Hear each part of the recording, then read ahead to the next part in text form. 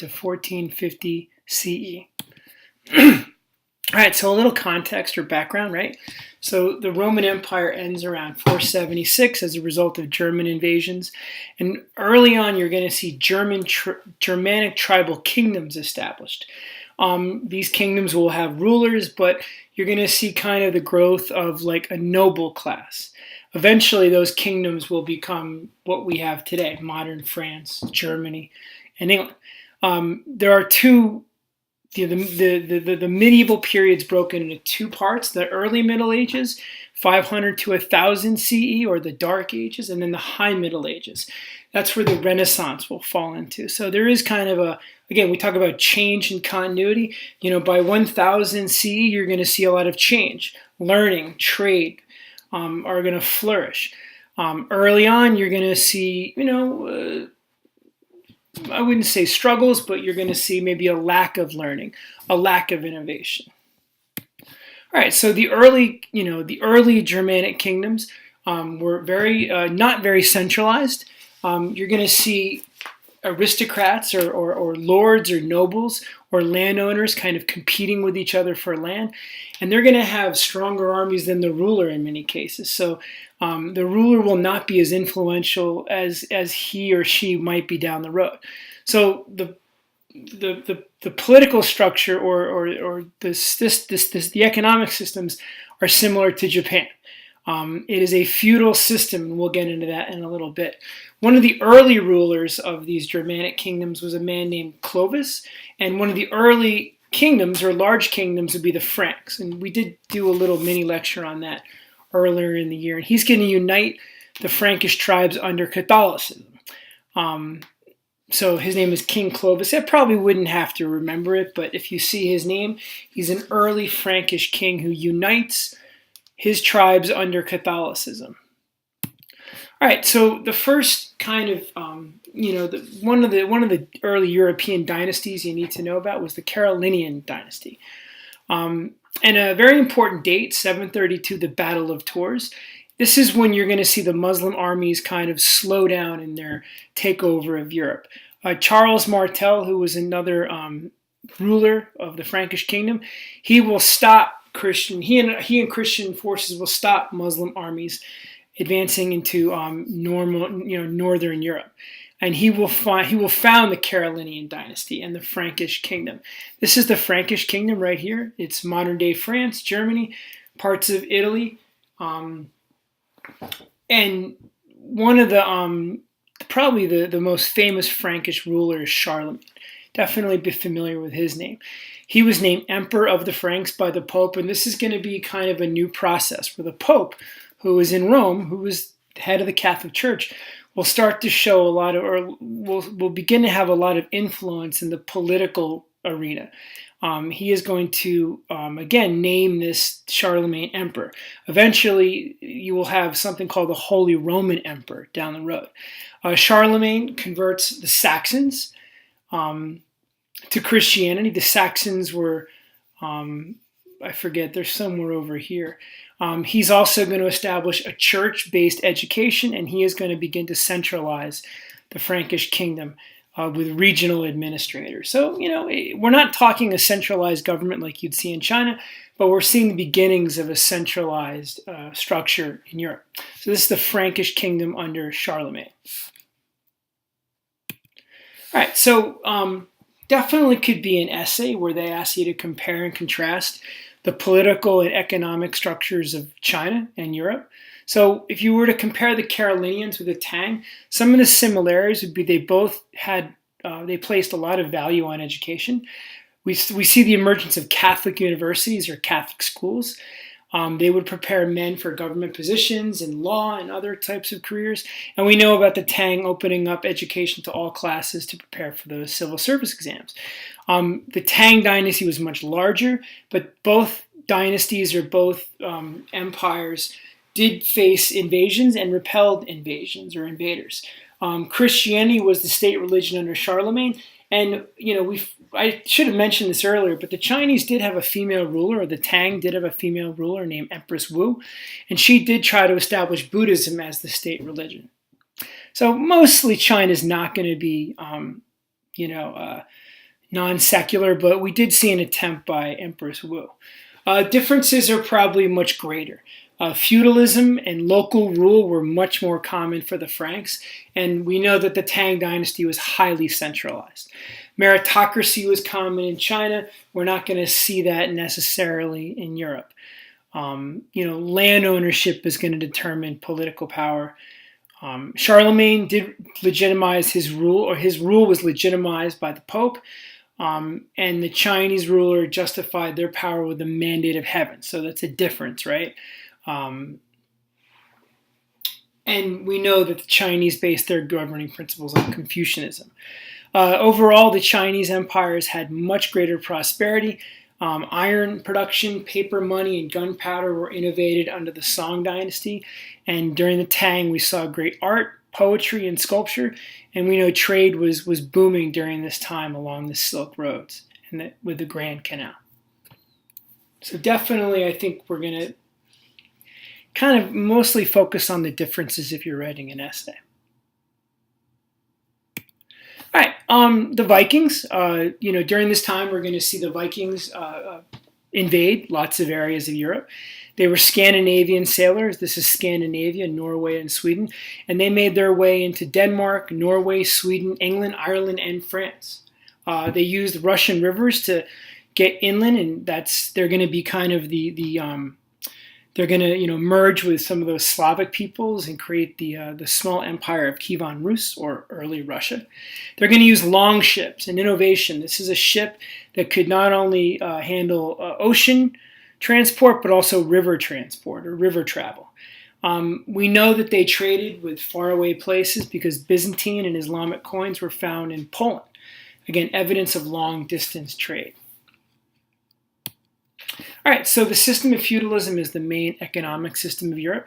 We see it in Japan. 800 to 1200, it will begin to die out towards the end of the High Middle Ages. It is a system of obligations. It is a system where everyone kind of receives something of benefit from the other group. Oaths of loyalty were very important, and land was always exchanged for service. The purpose was to cut down on losses to robbers and bandits. Because feudalism is never a centralized system of government. Perhaps centralized on the manor, but when you have lots of manors and lots of lords, the ruler is not going to be able to govern, all of these groups authoritatively per se. So feudalism is not an example of centralized government. Please remember that. All right, so what is the manor system? So on top you have your lord or your landowner. He will build this manor. You'll have the castle, or the manor you'll have mills, homes, shops. The peasants or serfs on the lower end were tied to this land. In exchange for their farm goods, they would receive protection from the lord. The three-field system emerges, a little agricultural innovation where you would begin to rotate your crops. One field would lie dormant, while the other fields would grow food, and then you would rotate those crops to ensure healthy soil and a healthy agricultural product. Other technologies that help agriculture would be heavier plows, the horse collar, and stirrups from Central Asia. Also, water mills would be located along the water to kind of help, almost like early industrialization in a sense, right? An early factory, but in this case, you were probably just using the water to, maybe make some small goods. Churn butter, for example, or something. All right, let's compare social classes with Asia and Europe. Similarities. There was a hierarchical system. We know there was feudalism in Europe. There was a caste system in India, right? In China, there was also a class system where the aristocracy or the emperor was on top. A peasant class was towards the lower end. And in Japan and in Europe, you had this vassal or knight class, right? The samurai in Japan, for example. And the knights of the samurais followed a certain code of behavior. In Japan, it was called Bushido. And then in Europe, it was kind of a code of chivalry. In both worlds, China or Asia and Europe, the merchant class was less respected. The Catholic Church often frowned on the materialism and the wealth obtained by the merchant class. And we know that the same was true in China, right? Confucianism criticized wealth and materialism, as did Buddhism. Women could join both convents in Europe and Buddhist monasteries, but overall, both societies were very patriarchal. We know that in China there was Empress Wu and the poet Li Qingzhao. In Europe, you're going to learn about a few women going forward who were influential, but mostly a patriarchal system. Very few significant contributions from women during the Middle Ages. Differences: there was a lot more social mobility in Europe. Serfdom was not necessarily permanent, unlike in India, when you had your untouchables, for example. Peasants in China, though, and in Europe, were probably at the similar level, but we know that peasants could receive an education and perhaps take that civil service exam in the Tang empire. Aristocrats in Europe had more land, power, and wealth than in China. Also, knights could add land or title, and knights had squires or assistants who could eventually be knights themselves. All right, so let's talk about the term serialization. Because of those innovations, you started to see increases in agricultural production. And the term serialization means the regular cultivation of land. So Europe is going to see an agricultural boom. And because of that, you're going to see population growth and urbanization.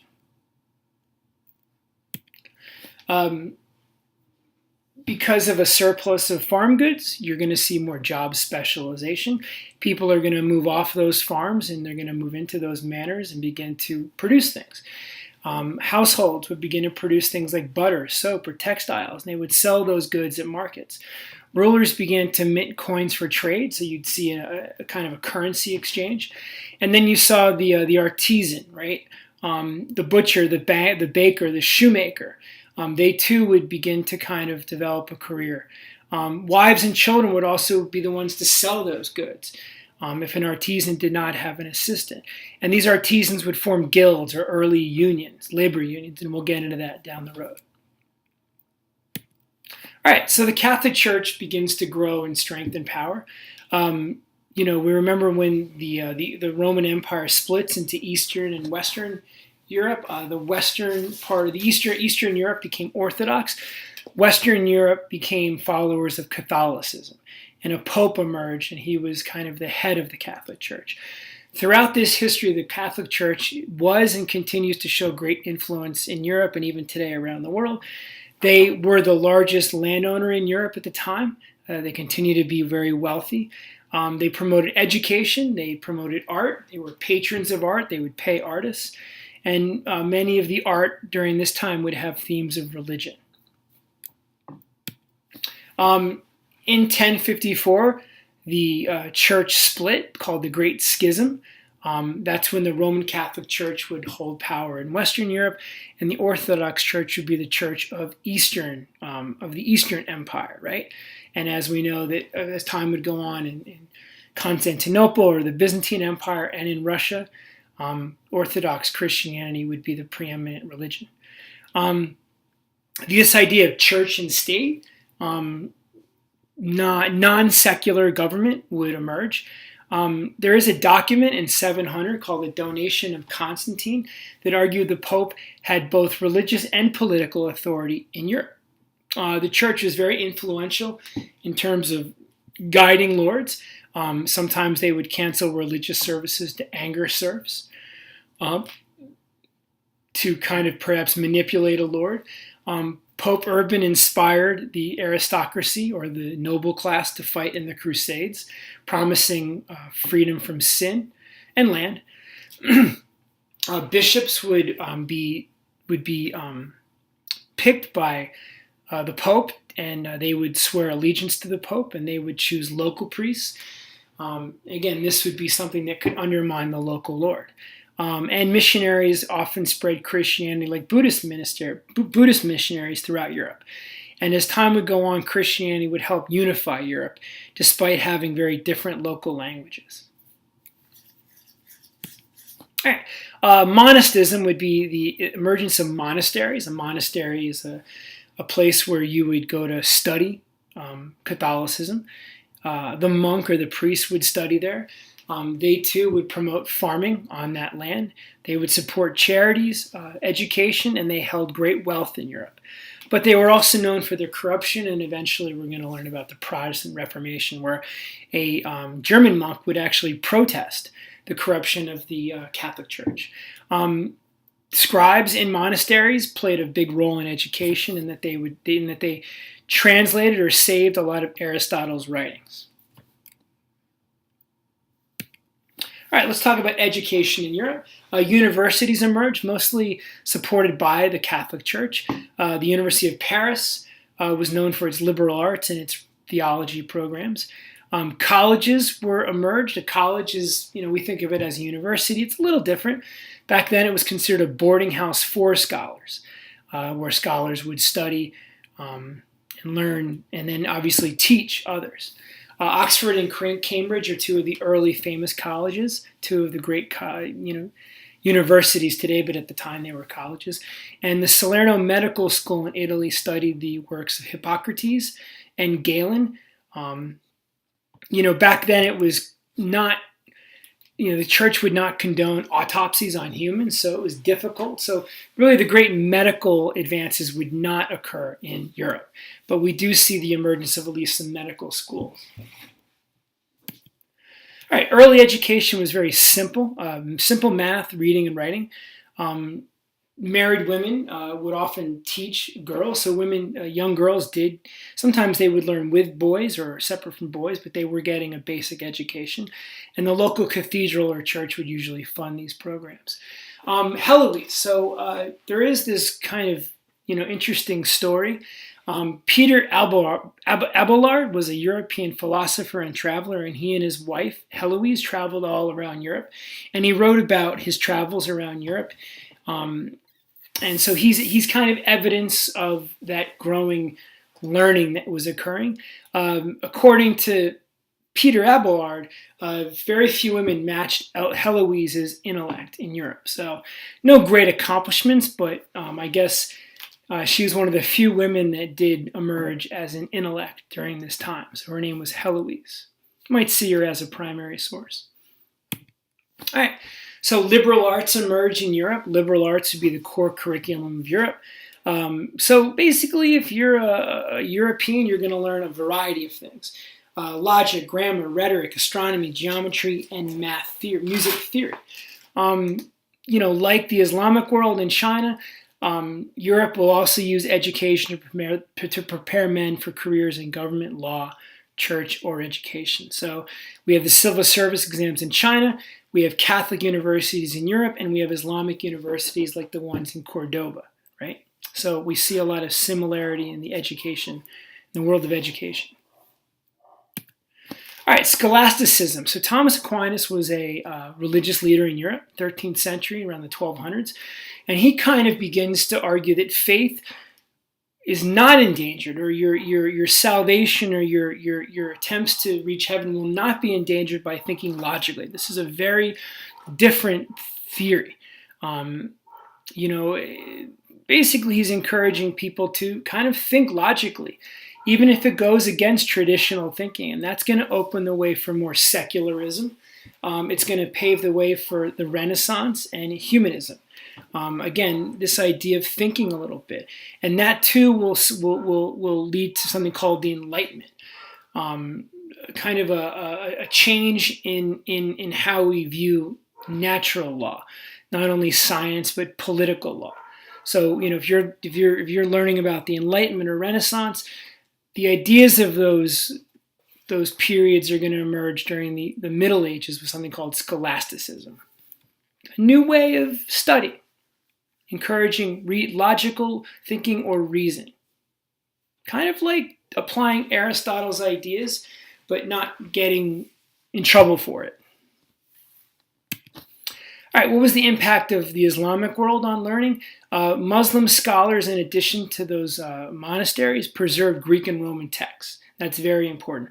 Adelrod introduced the abacus to the English treasury, And paper from China, like the abacus, also became more widely used. Adelrod and Heloise actually named their son Astrolabe, for their, mostly because of their, obviously their respect for the Chinese. Fibonacci was an Italian writer whose textbook changed European math, and he based it on Adelrod's translation of Greek Euclid, the Greek mathematician Euclid's geometry, and he translated it into Latin from Arabic. So Adelrod's a pretty important person in terms of spreading education in Europe. So I would definitely remember him, Peter Adelrod. All right, let's compare universities. Both the Abbasid Empire and the European universities preserved Greek and Roman works. Europe had a liberal arts education, and they also studied theology. The Persian Arabic scholars focused mostly on math and science and obviously Islamic studies. Not as liberal arts as, say, Europe. Not necessarily philosophy or literature, for example, perhaps. Again, we talked about medical advances. You're not going to see great medical advances during this time. Most of the great hospitals in the world were in the Arabic world, or in Southeast Asia, for example, India. And again, mostly because European medical scholars just couldn't study the body because it went against the ideas of the church and the idea of performing an autopsy on a human. All right, what are some of the political changes? So around 1000 CE, we're going to see monarchs grow their power over the nobles. They're going to start to increase the bureaucracy. They're going to begin to tax the nobles a little more. They're going to have larger armies, and eventually that's going to result in calls for checks and balances, or checks on absolute power. These monarchs would also engage in feuds between the Pope. So one of the first kingdoms to emerge would be the French kingdom in 987. It originally was part of Charlemagne's empire, but it would break off and form its own kingdom. Philip IV is the first great ruler of France, and it's under his rule where we see the beginning of a representative government called the Estates General.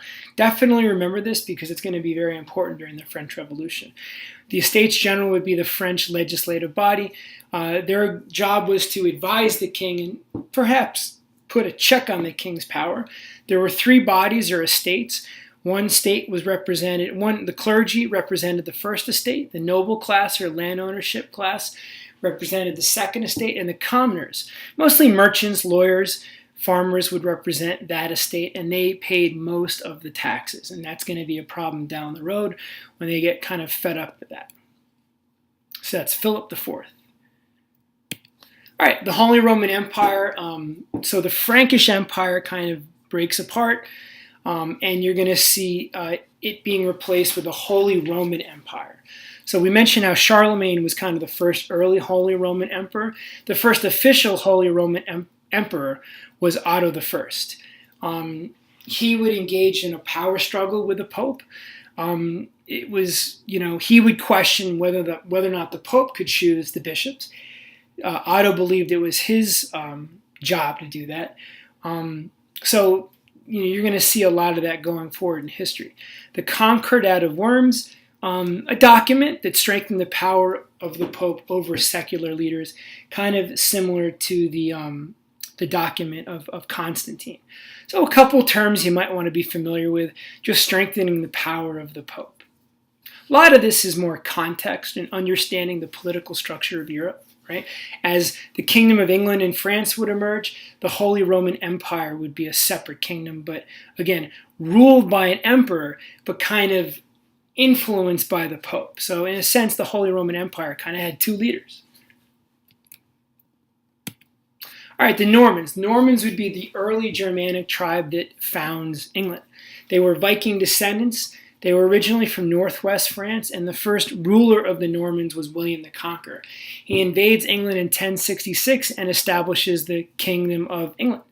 It is a feudal system that is established.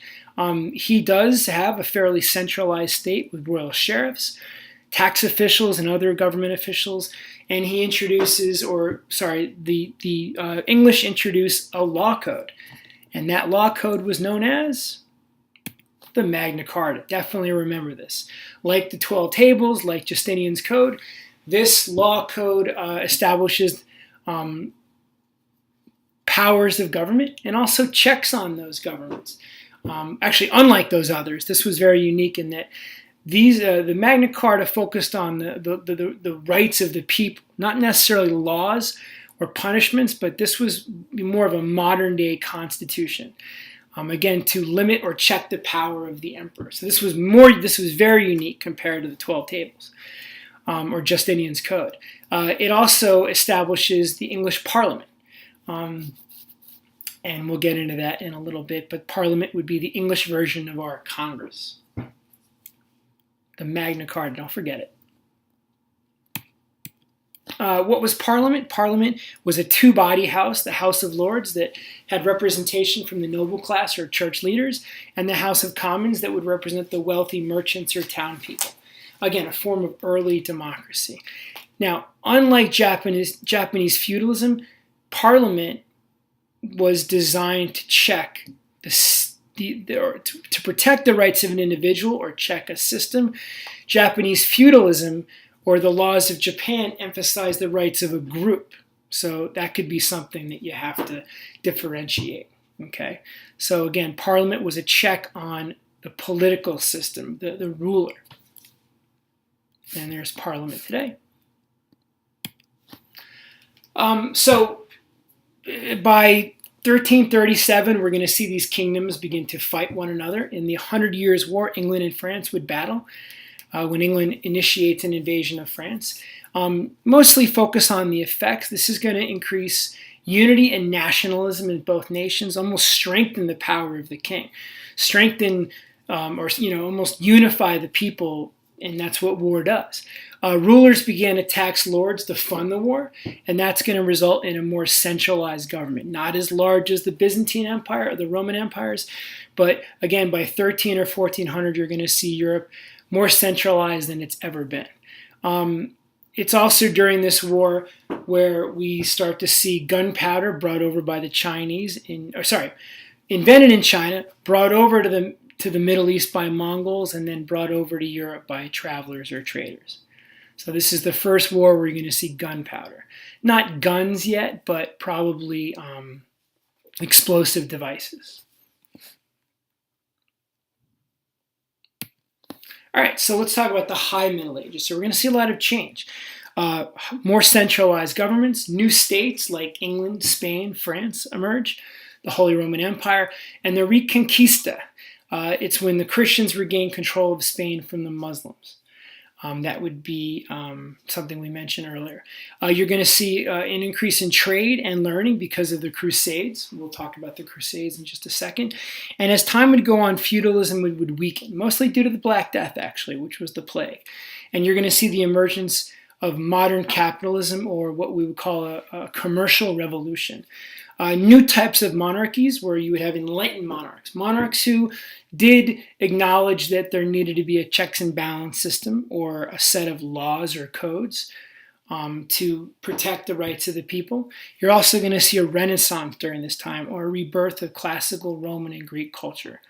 And it's going to be a more peaceful time where wars will be replaced by tournaments, kind of the end of the 100 Years' War. All right, what were the Crusades? Very simple, basic overview. In 1071, Christian armies were sent out by the Pope to Jerusalem. Remember, Jerusalem was a holy city not only for Muslims but also Christians. Seljuk Turks invaded and took the city in 1071, but it was taken over again by the Crusaders. Eventually, the land would be lost to the Mamluk leader Saladin in the Second Crusade. So what you want to focus on is the cause. Why were the Crusades initiated? Yes, it was to regain the Holy Land, but it was also a way to kind of, for the king to, or even a nobleman, or a lord, I should say, to kind of protect his own kingdom, send the landless nobles and peasants out, send them off to war instead of attacking or to prevent one lord from attacking you, you could, war would take all of those armies out of Europe, so you were safer in a sense from another lord attacking you. Also, the idea of land, primogeniture laws, those are important. Those were laws that limited land ownership. Basically, inheritance would go to the oldest son, so many sons weren't getting land. So the Crusades were an opportunity to expand land opportunities outside of Europe. Also, lords sought more contact and access to Asia. They wanted to open up trade routes. That's what the Crusades did. So the church and Pope recruited believers to save the Holy Land. Pope Urban was the initiator. Sinners were promised heaven. The Orthodox Church called on Europeans to help them because they were also under attack from the Turks, Muslim Turks. The Fourth Crusade, we're going to skip that. Really, it's mostly about cause and effect for the Crusades. The effects. As these Europeans made their way to the Middle East, they came in contact with everybody. Asian traders, Arabic traders, African traders, right? So knowledge, goods, innovation, learning would eventually make its way to the West. And these ideas, these innovations would help inspire an enlightenment, a renaissance, and growing secularism. And it's really the beginning of kind of a global trade network. It also brought the Black Death, rats carrying this plague virus. Rats had insects or fleas that carried the virus, and those rats traveled on some of those ships. I'm sure some of the men carried those fleas as well. So it was a disease that could easily be transmitted from person to person. The Crusades, like the 100 Years' War, unified kingdoms, right? People came together for a single purpose.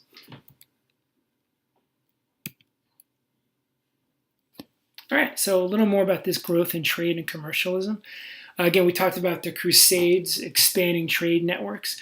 The Silk Roads were still in operation, as were the Indian Ocean trade networks. European gold was highly valued by the Chinese, so that was an attractive trade item for the Europeans. Marco Polo was a famous traveler and writer who traveled into Asia, wrote about Muslim interaction with the Mongols. He brought back his writings, piqued the interest of Europeans in accessing China and India, and his writings are going to lead to the growth of map making and the study of maps, right? And eventually that's going to inspire the age of discovery, right? The explorers.